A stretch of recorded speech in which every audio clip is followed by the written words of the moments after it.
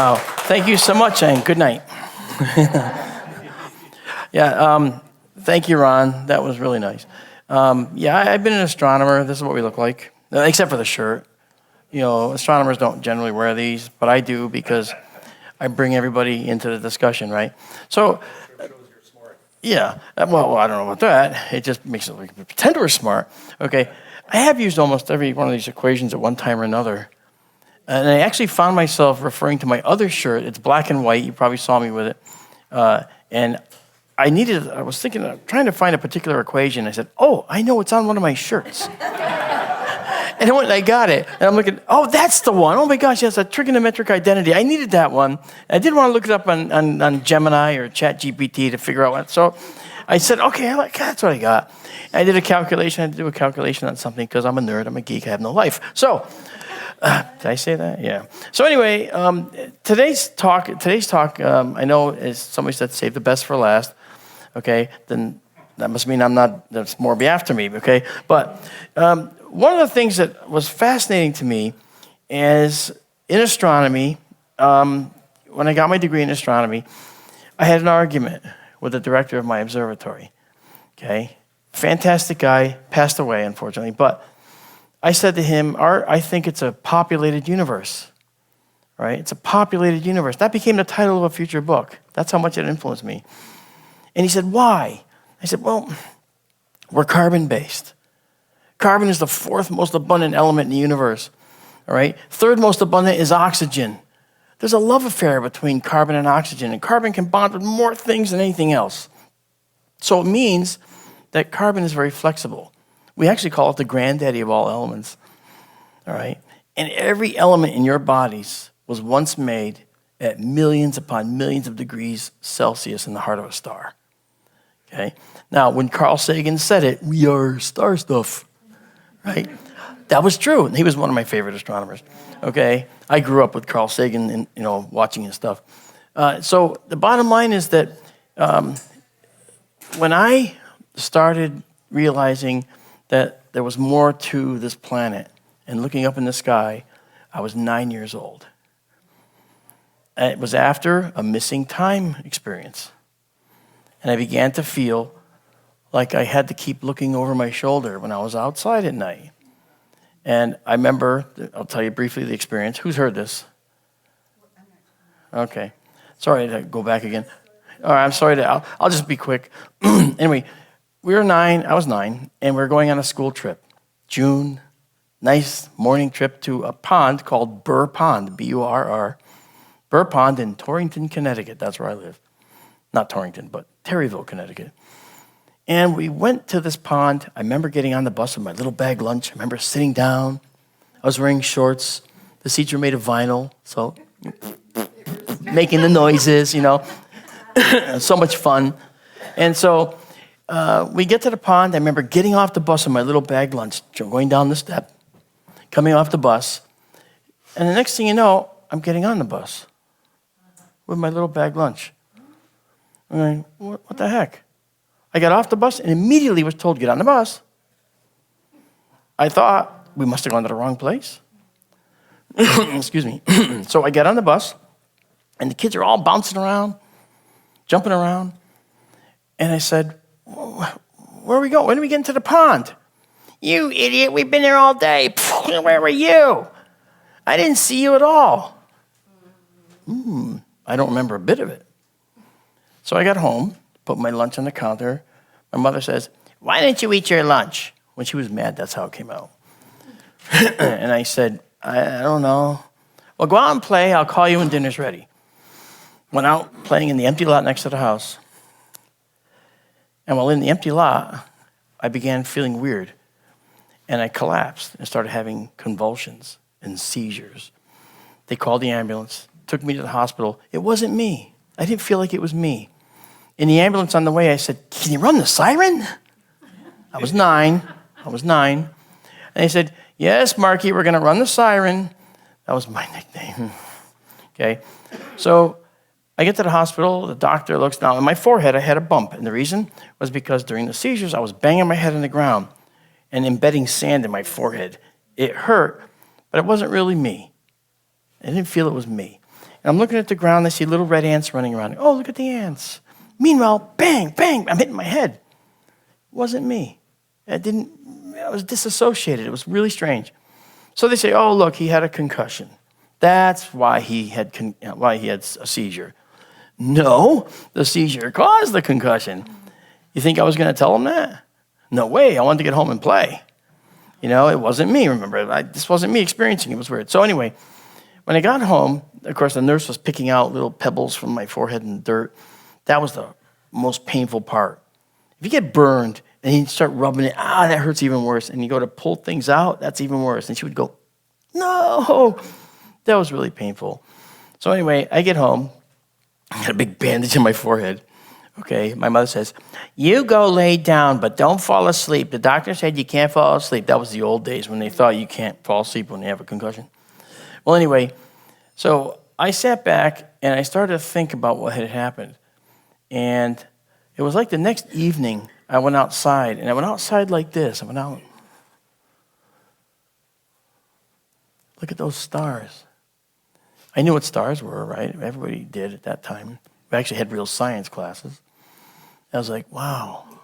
Nowadays, I said, wow. And my first thought, I feel like there's other people out there.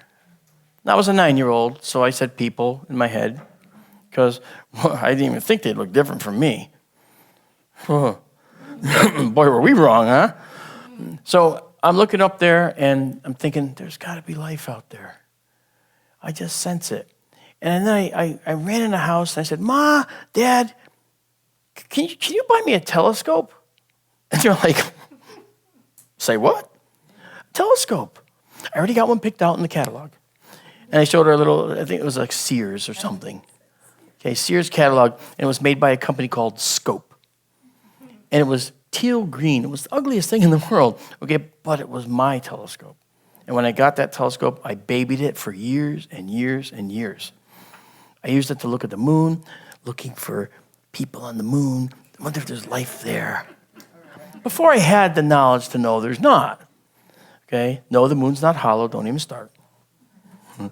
Okay, so after that, I began to realize I'm going to be an astronomer.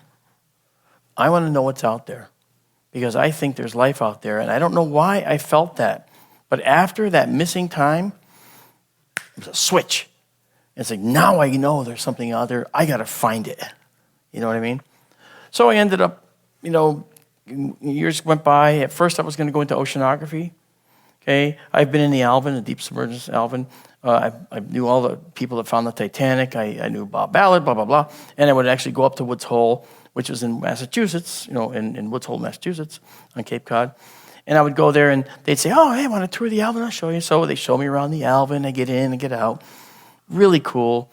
And I learned all about deep sea exploration. I made a model of the Alvin that actually worked. It'd go down 20 feet, and I could actually control it and have ballast tanks, the whole 9 yards, just like the real thing, okay? And it was all remote controlled. And I did a talk for the engineering team to show them how I made that micro engineering stuff.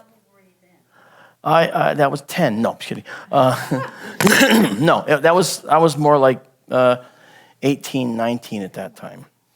Well, anyway, after I did all that stuff, and I realized, oceanography is great, but, I don't know if I want to go deep in the ocean. I had a little phobia. Not really anymore, but I thought back then, I'm not sure I want to do this. So I said, I'm not going to do inner space. I'm going to go back to outer space, which is where I was really being drawn to. So I got my degree, and I was going through getting my degree at the university, and this is when I had this argument with my director of the observatory, when I told him I think it's a populated universe. And he said, what are you talking about, Mr. D'Antonio? He looked over his glasses. He had suspenders. He was heavy, so it was always this. No lie, that was his face. I got good at it, And sometimes we'd imitate him and he wouldn't get it. Okay, we'll do it right away. He didn't get it. And he said, well, what do you mean, Mr. D'Antonio? I said, well, again, carbon fourth most abundant, blah, blah, blah. I said, we're bilaterally symmetric, the same on the left as the right. Every life form on this planet has some form of symmetry. There's left-right symmetry. There's radial symmetry. Starfish or pentamers, they have 5-sided symmetry. And these 5-sided symmetric creatures start life bilaterally symmetric, the same on either side. And as they mature, they actually grow into 5-sided symmetry. That's kind of cool. They're kind of one of the only life forms that does that weird change. And I'm talking to him, and his eyes are glazing over, and he's doing this. You're like, and he actually said, "Are you done?" I go, No, not yet. I'm not done. And I said, no. His name was Art, great guy, actually. I said, Art, so when you look out in the universe, there's so many stars that could have planets around them. I'm sure that we definitely aren't alone. I'm sure there's so many more planets. And now he's starting to lose patience. Yeah. Okay, you know what? Get back in the observatory and leave Captain Kirk to us. That's what he said, okay, over those glasses. And I imitated him. Okay. So that was 1983. That's when I got my degree. I'm that old. 1988 rolls around, and the first confirmed exoplanet was found. I hadn't talked to him in 5 years. Didn't call him. Didn't say anything. I went back to the observatory. Go through the door. You open the door. You're hit in the face with the smell of old books. There's an old, beautiful library with books going back all into the 1700s that we have there, a curated library. You walk on the wood floors. They creak and echo throughout the whole building. Okay, a typical old observatory. The telescope in the gigantic dome was an old 150-year-old Alvin Clark refractor. Anyone who knows telescopes knows that that was the finest telescope maker on the planet at that time. And I used that telescope for 4 years in doing parallax program studies, nearby stars. And I walked in, I heard him bellowing on the phone. If you're in there talking, the echoes just all over the place. If you're saying, "Hi, how are you?" You'd hear, hi. You know, it'd go all over the building because it was so loud. The walls were so rigid, you know, everything echoed. So I walk in, creak, creak, creak. I hear him right around the corner in his office. I lean in, and I smile.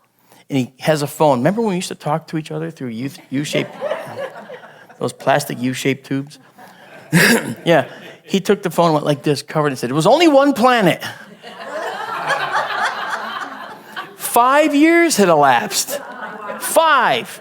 It's like I was on his mind. And I said, "It's only the beginning, Art." And he goes, right? Doesn't that illustrate, though, how science works?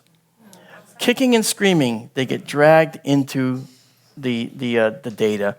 And when you're old school, it's hard to accept new data, right?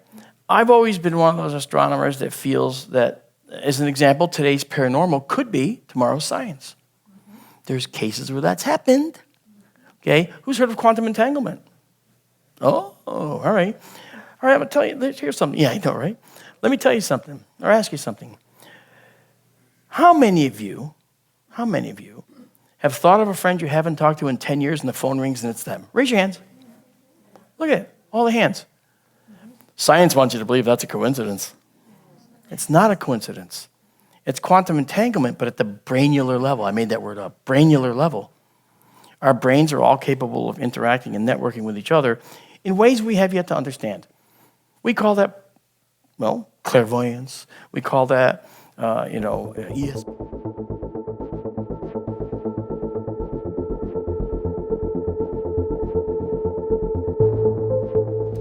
How do we know it's aliens? Couldn't that just be military aircraft?